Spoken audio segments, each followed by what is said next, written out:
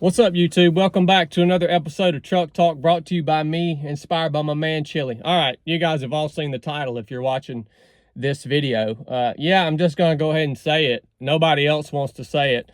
Every one of you guys have thought it, I'm sure, and maybe you've talked about it in hushed voices behind closed doors, but I'm going to go ahead and get it out in the air for, everyone who's watching this video. Religious people can be nuts. All right. And most religious people are nuts. And every time I post a video on Truck Talk or, whatever social media, and it pertains to anything around the Bible or faith or, something like that, about 5%, 5 to 10% of the comments, I haven't done the calculations, are just some really off the wall stuff. And usually it's coming from individuals who are like so convinced that they are right about whatever the thing is. And it usually comes off in a very, prideful manner.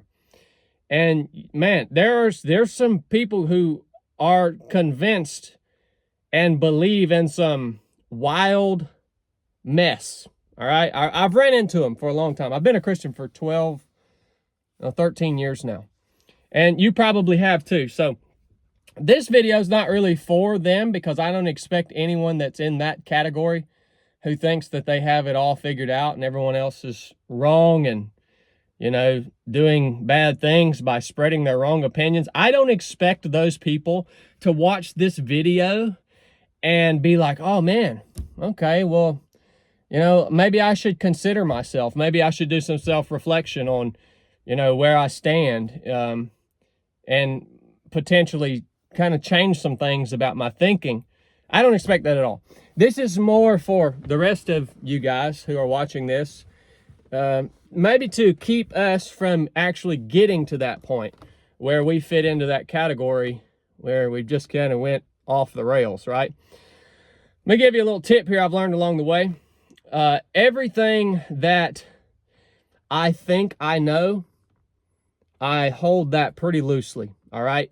Especially when it comes to the Bible, end time stuff, end times prophecies, and all this stuff, right? No matter how much I choose to study those things, I always hold my beliefs or my understanding of those things pretty loosely, all right? As a matter of fact, I'll go as far as to say I claim to know nothing but Christ crucified. All right?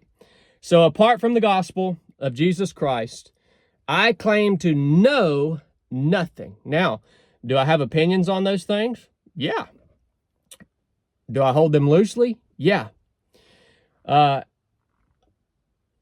am I saying this? Well, when Jesus walked on the earth, when he lived his perfect life during his ministry here on earth, there were a bunch of religious people who were very convinced that they were right about the prophecies that they had spent their entire life studying.